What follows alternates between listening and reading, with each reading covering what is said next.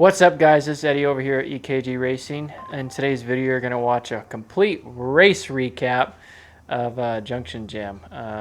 We've kind of been gathering a bunch of all the videos from the race and everything else like that. And finally, now you guys are going to be able to watch it. So stay tuned for in-car footage of it. And then also stay tuned later in the video for our race recap on the whole thing. Pause! I just want to give a huge shout out to all of our lovely sponsors for this year. We have NC Auto, we have K&K, Gramzilla, obviously us, beautiful Peak to Plateau, Grove Coach, and then also my wonderful tool dealer, Scott. With them, this whole race season would not be possible without them. I can't thank you guys enough. You guys have helped us in so many ways and so many aspects for us to complete this season, and I just can't thank you guys enough.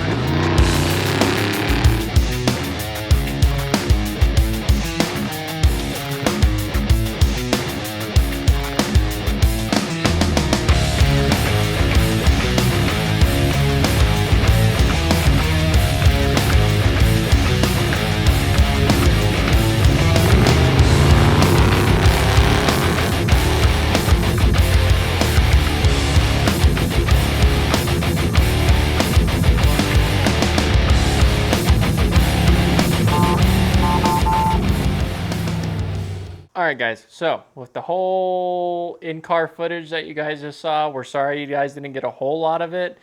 We had technical difficulties. This course is the toughest course of the year for Boar. It's the rockiest, it's the roughest, and it really kind of takes a toll. We thought we would have the GoPro mount situated the way it should be.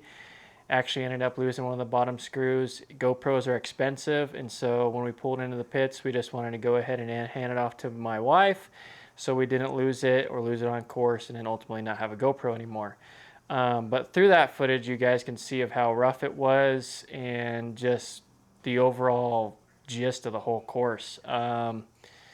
Like I was just saying, it is the toughest course of the year. Reason being is obviously there's a lot of washes in it. It's a lot of ups and downs. When you're in a two-wheel drive truck and you're pretty much creating a silt bed at the bottom of it, it kind of sucks trying to get up with some of them. And I mean, they're literally at a steep 45-degree angle on some of those hills. So it takes a toll on tires, and mine have definitely taken a toll. Hopefully they can get through to the next race. And then kind of some of the other stuff that went on was the day was dusty. I can't say that enough. Wind was only on our side pretty much when we got to the top of the hills, and then as soon as we creeped down back in the valleys, it got stale, so you couldn't really see. So that's great. We all know we need vision to drive, and when you don't have vision, bad things happen. But needless to say, the truck performed phenomenally, a lot better than Vernal. We had no hiccups the whole day. We only went to pits once, and it was after lap 4. We came in and got fuel, got 22 gallons. Went back out, and the last lap I kind of took it easy because I was really worried we were not going to be able to make it because I was down a quarter of a tank and it was draining down really, really fast. We pretty much ran in through the start and finish line on fumes. The reason why I know we were on fumes because every time we were going up a hill or down a hill on mile marker 19 through 23, truck was spitting and sputtering, and I really just wanted to get to the finish, people. Oh, and then also when we went to the pits, we had an abnormal issue. We went to the pits. Truck was like going up and down and idle, pretty much acting like it was getting choked. And so the only thing that I could really think of was A, starving for fuel, and B, our air filter was severely clogged. So we had one of our guys that was pitting with us, Seth Sorensen. Can't thank that guy enough as well. Also, he's of Church of Speed. Yes, little rubber ducky on the truck now. And he pretty much, we pulled forward on the pit mat because Fire Guys Racing, their pro truck, who we were also pitting with, was just about ready to come in for pits for fuel as well. So we had pretty much almost had 2 trucks stacked up. So we had to pull forward. Seth blew out the air filter. I whacked the throttle real quick, and then next thing you know, the truck came back to life, and we were set to jet and ready to go back on the road. Other than that, we had a phenomenal time. I can't thank Boar enough for putting on an amazing event, especially in our hometown. It was so nice. I can't tell you guys enough to be able to climb into my own bed after a race. And so that was awesome to do, and then also be able to just literally head home and take a shower. But after literally the day after the race, you can ask my wife. It was just me walking around like an old man, like I was 90 years old. I was beat up. But out of all this, we took home 3rd place once again, not just for pro, but we also took 3rd place overall for the whole race, which is a huge accomplishment. We had the 3rd fastest time for the whole day in the whole pro class for all 8 laps, and the other 2 trucks that were ahead of us were the 1st and 2nd positions for pro class, and then the 4th fastest time was a side-by-side. And so we beat the side-by-side fleets. It's an awesome feeling because this course is meant for side-by-sides and not trucks.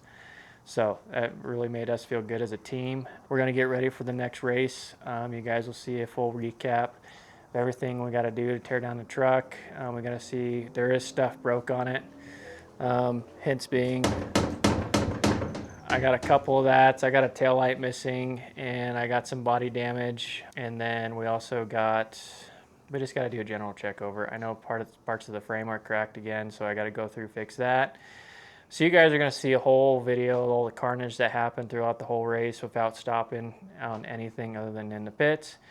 Other than that, please subscribe to our YouTube channel. Please like the video, and then also please go follow us on Instagram. Please go follow us on TikTok. Let's keep the camaraderie alive. Let's keep the love alive and keep supporting us, guys. Can't thank you guys enough. Thank you.